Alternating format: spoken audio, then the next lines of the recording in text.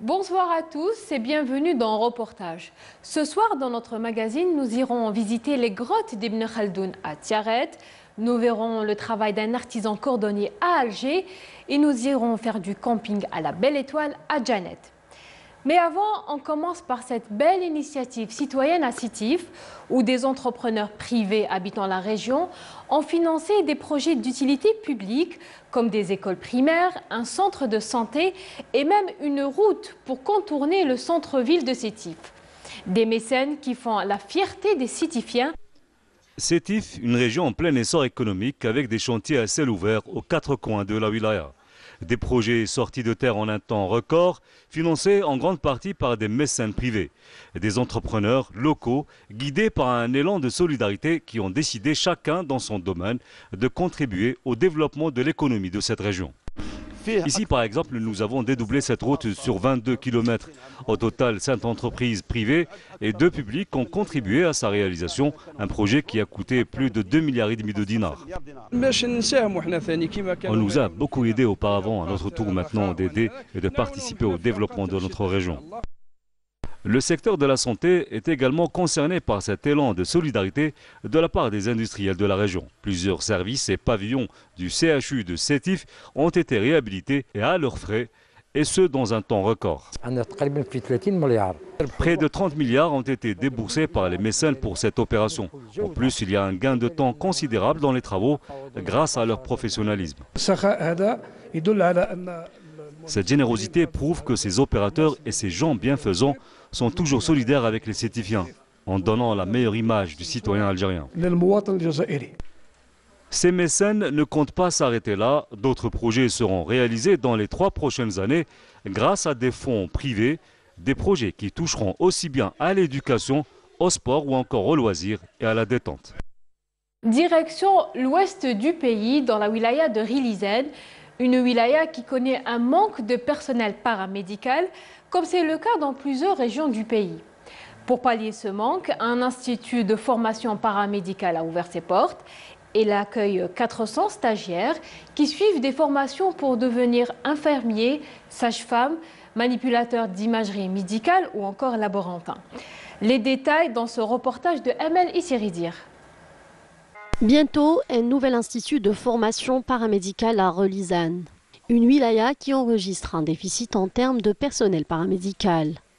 Cette nouvelle structure, réalisée selon les normes internationales, accueillera une fois inaugurée plus de 400 stagiaires de Relizane et des wilayas limitrophes. Il est très important à notre avis du fait qu'il va répondre non seulement aux besoins pressants, je dirais, des paramédicaux, toutes spécialités confondues bien sûr. Alors non seulement il va répondre à ce déficit que nous avons enregistré, mais il pourrait aussi éventuellement pallier au déficit que connaissent certaines wilayas limitrophes.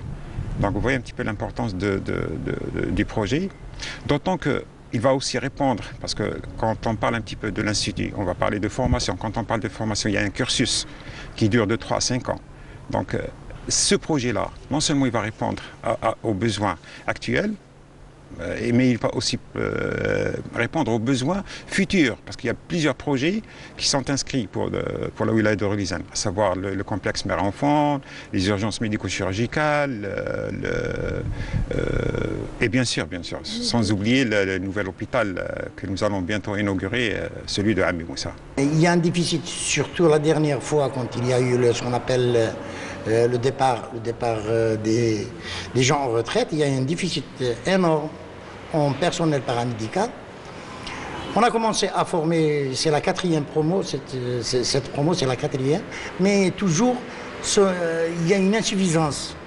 Vu le manque de structure, j'espère que prochainement l'ouverture de l'institut de formation paramédicale qui va recevoir plus de 400 candidats, ça permettra de diminuer le déficit en personnel paramédical. La formation des agents paramédicaux permettra non seulement de combler le déficit enregistré, mais aussi d'offrir des postes permanents aux stagiaires une fois le diplôme en poche. L'avantage de suivre une formation à l'Institut de formation paramédicale, c'est de décrocher un poste d'emploi.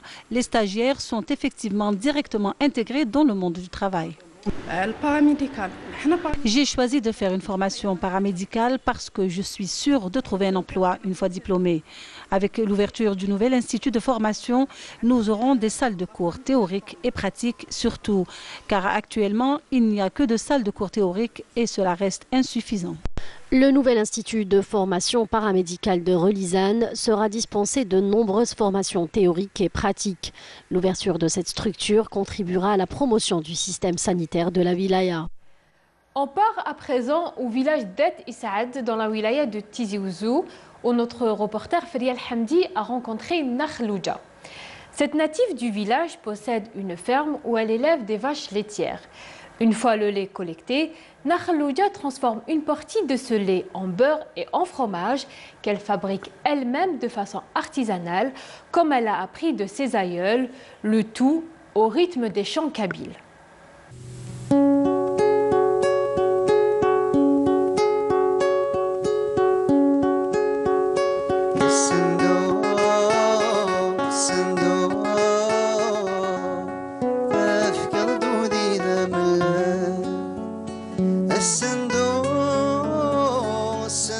Un village paisible au sommet de la montagne, le village d'Et Issaad, dans la wilaya de Tizi Ouzou.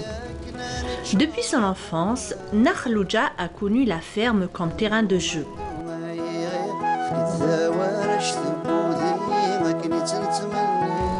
Cette agricultrice entretient un rapport particulier avec ses animaux. L'éleveuse a tissé un lien que l'on peut qualifier d'animalier et fusionnel.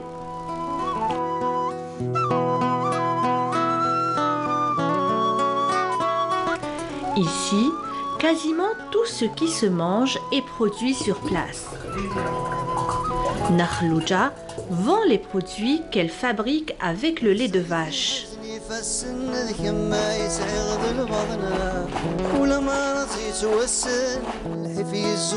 Un lait riche et parfait pour faire du beurre et du petit lait.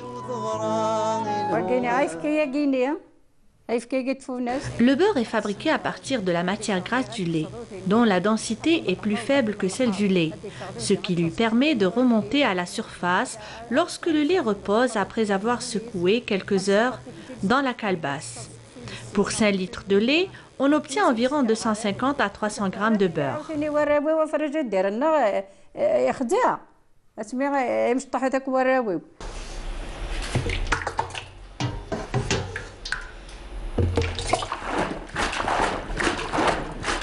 La femme kabyle barattait son lait dans une courge.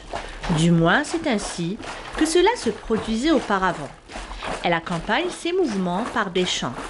Les paroles sont en rapport avec la fabrication du beurre. Parfois, sortent d'incantations afin d'obtenir un bon produit. Cette barate kabyle est un emblème fort de l'artisanat et tradition amazigh.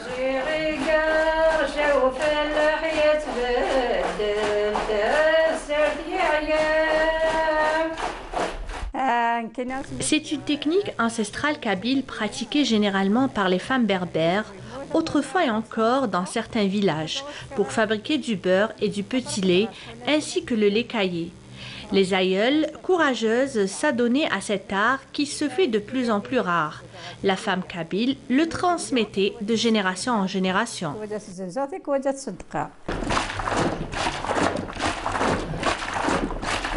Tout en secouant sa courge remplie de lait pour extraire du beurre. La femme va se livrer, se confier à sa courge pour lui parler de sa misère, ses rêves. C'est aussi un encouragement pour soi-même pour aller au bout de sa besogne.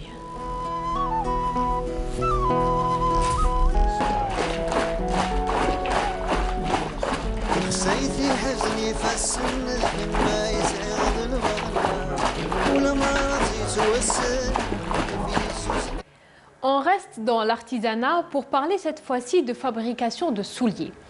Devant l'invasion des chaussures importées vendues à petit prix et souvent de mauvaise qualité, certains fabricants algériens continuent à faire de la résistance en fabriquant des chaussures à la main, en utilisant des matières nobles comme le cuir. Sabrina Khlifi a rencontré l'un de ces artisans cordonniers installés à Alger. Dans une salle encombrée de machines et de tables de travail, l'odeur du cuir se mêle à celle de la colle. Ce site de fabrication de chaussures pour femmes, 100% algérienne, ressemble plus à un atelier d'artisan qu'à une usine. Sur les plans de travail sont entreposés outils, pots de colle, pinceaux, solvants et chutes de cuir, un apparent bazar derrière lequel se cache un travail minutieux et organisé. Une entreprise familiale créée par M. Omar Kabran, le propriétaire de cet atelier, un artisan cordonnier avec 47 ans d'expérience dans le domaine. Bon, on a بديت à l'âge de 14 ans خدمة. بديت à l'âge de 14 ans. خدمت عند مزاري الله يرحمه، مزاري بوتي الله يرحمه. تعلمت عنده. من بعد à l'âge de 19 ans, 19-20 ans بديت المحل تاعي. للآن 61 سنة ومازالني نخدم. À l'instar des grandes marques du monde de la chaussure, M. Kabran a opté pour l'authentique et favorise l'usage du cuir de qualité, exclusivement naturel, choisi avec beaucoup de soin. Grâce au savoir-faire avéré de son personnel de fabrication qui allie art et technique pour élaborer un produit respectant les normes de qualité et d'hygiène, à travers un choix rigoureux et exigeant des matières premières utilisées afin d'offrir le meilleur confort aux pieds. بديت à l'âge de 14 ans عند عمر، ما كناش هنا، كنا في بوفريزي. حبيت هاد الصنعة هادي كيما الصنايعية اللي فاتوا، تعلمنا هاد الصنعة ديجا هادي شت انا ارتيزانا، والحمد لله رانا شايدين المشعل تاع هاد الصنعة هادية، وإن شاء الله نكملوا بها هكذا. وهادي حاجة مليحة لبلادنا باش يعرفوا برك الناس بلي منتوج بلادنا هايل.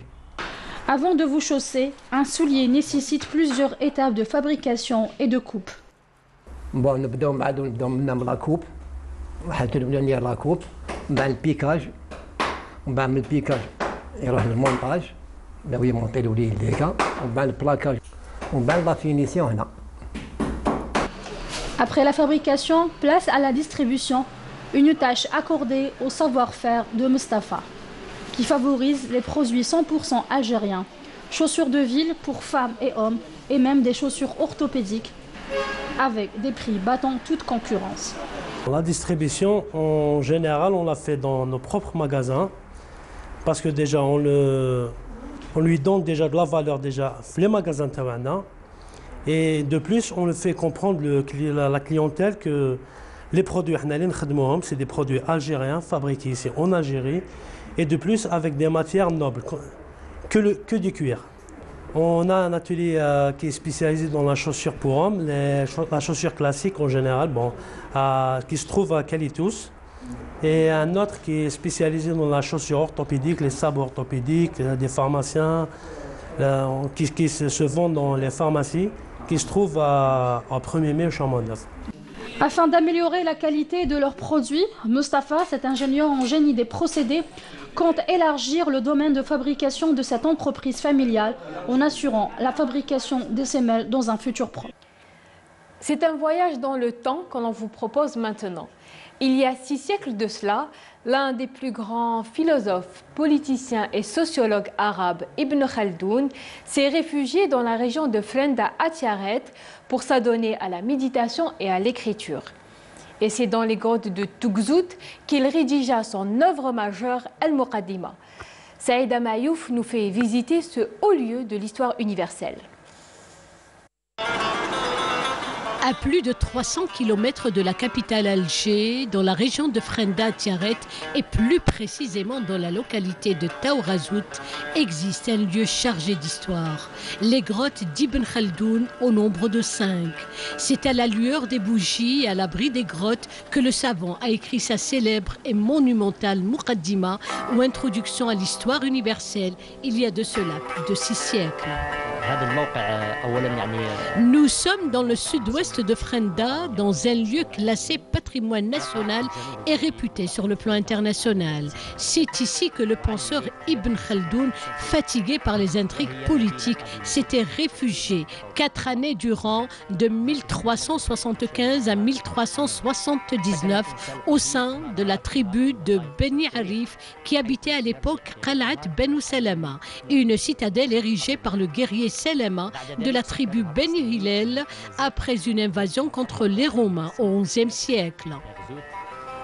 Ce site archéologique haut en histoire, érigé sur Qal'at Beni Salama, a permis au père de la sociologie moderne, Ibn Khaldoun, et dans une grotte plus spacieuse que les autres, de rédiger ses célèbres et fameux prolégomènes, ou Kitab al-Ibar, le livre des exemples, un traité de sociologie ayant fait date dans l'histoire de l'humanité. C'est particulièrement dans cette grotte qui est plus spacieuse que les autres et sculptée en sorte de chambre avec un lit que la célèbre Muqaddima a été rédigée. Cette khalwa avec les autres constitue des chambres isolées ou des abris lors des grandes chaleurs caractérisant la région des hauts plateaux. Ce site séculaire ayant abrité un des plus grands savants et penseurs arabes, ou encore le site archéologique Les Djedar, ou tombeau des rois berbères et leurs familles, feront incessamment l'objet de réhabilitation en vue d'une meilleure préservation, mais aussi pour en faire des destinations touristiques de choix. Nous avons procédé ici à l'ouverture des routes, donc au désenclavement des sites pour faciliter le chemin aux touristes. Aussi, le secteur de la culture œuvre pour la préservation de ces sites archéologiques haut en histoire, que ce soit les Djedar ou encore les grottes de Ben Khaldoun, car ça constitue une véritable identité nationale. Nous quittons cet endroit où chaque coin, chaque recoin compte une histoire, à son silence religieux, à ses rochers imposants, protégeant les grottes ayant constitué le lieu où le grand homme, Ibn Khaldoun, a puisé son inspiration et rédigé son œuvre sous son toit. Compromis, on termine notre tour d'Algérie par une virée dans le Grand Sud à Djanet. La saison touristique bat son plein et de nombreux touristes s'y trouvent actuellement. Parmi les incontournables du circuit touristique, on trouve le bivouac. Passer la nuit à la belle étoile autour d'un feu, une expérience qu'a vécue pour nous Naïma Louali.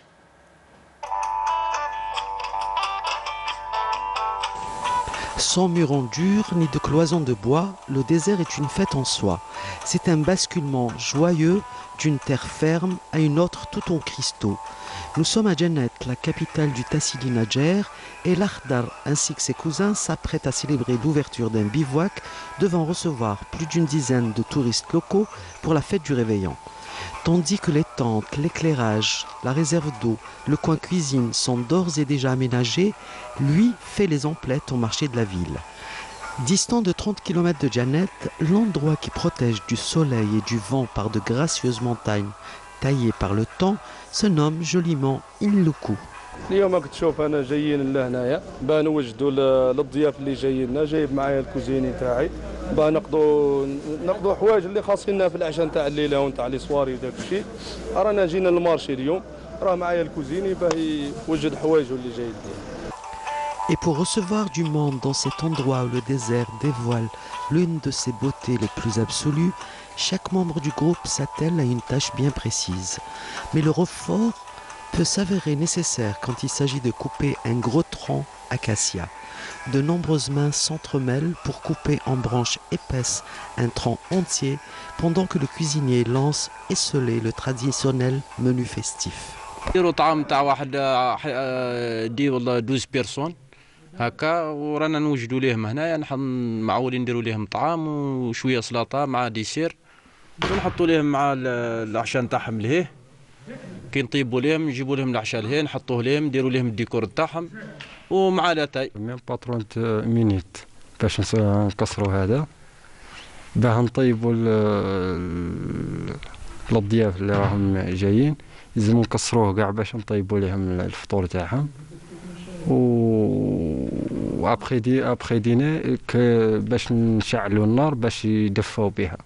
الخدمه نتاعي القرد غساس، عس الدبش هذا كل قش هذا غساس تاع الدبش، غساس تاع التراب هذا تاع المنطقه هذا كل. كان يجي سراق نضربوه، ما نخلي يجي هنا يرفع حاجه. توريس الضيوف نتاعي كلها نعسوهم، ما يمسوهم حتى واحد، ما يخاف شيء.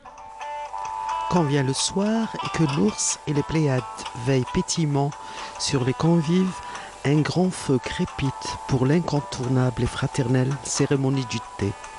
الريبيو انا نوجدوا له، انا جبنا الخيم، انا جبنا الاخر درنا الخيمات الكبار، احنا نقولوا لهم ايهكتان هذوك نتاع الاخر نتاع الصحراء. جبنا البلايص اللي باتوا فيها من الناس، وانا نوجدوا هذه البلاصه نقوا فيها ونرقلوا فيها، وموابه كيما نقول لك السايح كي يجي لعندنا يعود مرتاح. ما حبيناش نكثروا الحوايج باه نديروها شغل سامبل، حاجه خفيفه.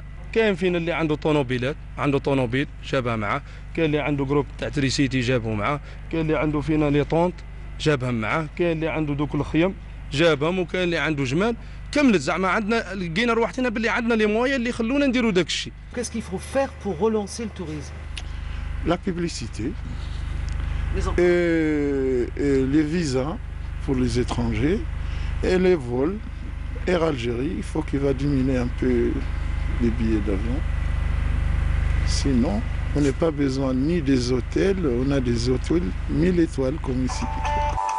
Bien sûr que le Gnaoui va couler à flot dans ce bivouac qui résonnera longtemps au rythme des caravanes de passage et des dunes blondes qui s'éparpillent en cristaux dorés parmi le vent doux d'un hiver qui chante. C'est la fin de notre magazine reportage. Merci à vous de l'avoir suivi. On vous donne rendez-vous la semaine prochaine et d'ici là, passez une très bonne semaine.